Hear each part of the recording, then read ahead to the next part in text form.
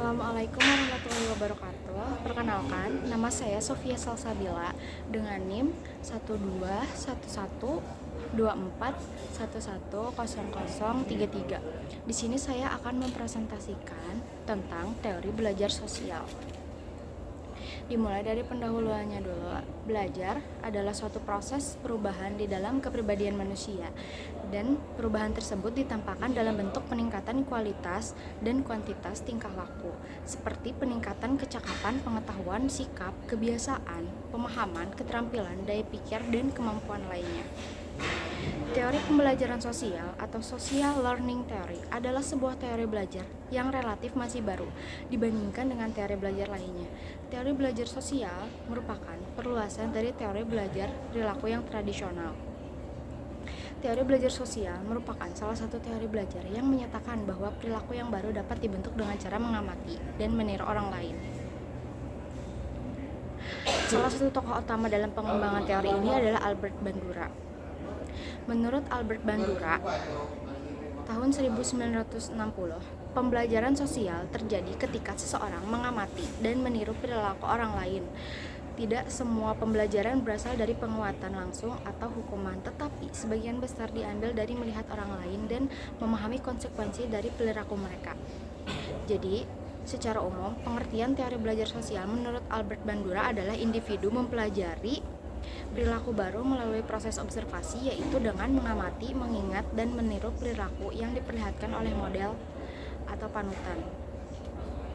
Teori pembelajaran sosial atau kognitif sosial yaitu salah satu konsep dalam aliran behaviorisme yang menekankan pada komponen kognitif dari pikiran, pemahaman, dan evaluasi. Teori pembelajaran sosial yang dikemukakan oleh Bandura ini telah memberi penekanan tentang bagaimana perilaku manusia yang dipengaruhi oleh lingkungan di sekitar melalui penguatan atau reinforcement dan pembelajaran peniruan observational learning, serta cara berpikir yang kita miliki, yaitu bagaimana tingkah laku kita mempengaruhi lingkungan sekitar dan menghasilkan penguatan atau reinforcement dan peluang untuk diperhatikan oleh orang lain, observational opportunity. Kemudian ada unsur-unsur dari teori belajar sosial, yaitu yang pertama ada perhatian atau attention, yang kedua ada mengingat atau retention, yang ketiga ada reproduksi gerak atau reproduction, yang keempat ada penguatan dan motivasi. Kemudian ada studi kasus. Yang pertama ada studi kasus klasik. Yang pertama yaitu studi kasus Bobodol tahun 1961. Bandura menunjukkan anak-anak yang menonton video orang dewasa memukul Bobodol cenderung meniru perilaku tersebut. Kemudian ada studi kasus agresi tahun 1963. Bandura menemukan bahwa anak-anak yang menonton video agresi cenderung menunjukkan perilaku agresif. Kemudian ada studi kasus lainnya yaitu pengaruh media sosial. Pengguna media sosial belajar perilaku dan nilai-nilai melalui observasi dan imitasi konten. Kemudian yang kedua, ada pengembangan kepemimpinan. Pemimpin belajar keterampilan kepemimpinan melalui observasi dan imitasi perilaku pemimpin lain. Kemudian yang ketiga, ada pengembangan keterampilan olahraga, yaitu atlet belajar keterampilan olahraga melalui observasi dan imitasi perilaku atlet lain. Kemudian ada keunggulan dan kelemahan dari teori belajar sosial. Keunggulan dari teori belajar sosial. Kelebihan teori belajar sosial lebih lengkap dibandingkan teori belajar sebelumnya, karena itu menekankan bahwa lingkungan dan perilaku seseorang dihubungkan melalui sistem kognitif orang tersebut.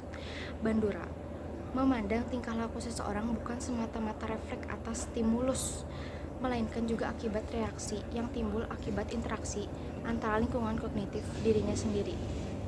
Kemudian kelemahan dari teori belajar sosial. Menurut Bandura, teori belajar sosial sangat sesuai jika diklasifikasikan dalam teori behavioristik. Ini karena teknik pemodelan Albert Bandura adalah mengenai peniruan.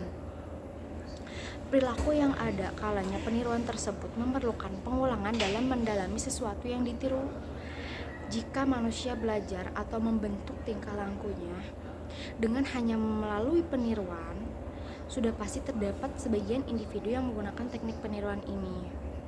juga akan meniru tingkah laku yang negatif, termasuk perlakuan yang tidak diterima dalam masyarakat. Dan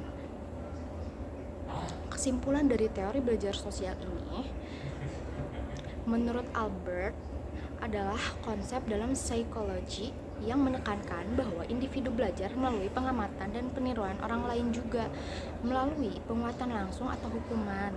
Teori ini menganggap bahwa lingkungan, pemikiran, dan perilaku individu saling berinteraksi. Ciri khas teori belajar sosial yakni menggunakan observasi dan pemodelan sebagai metode utama pembelajaran. Sekian presentasi dari saya. Maaf bila ada salah kata ataupun kata-kata yang kurang.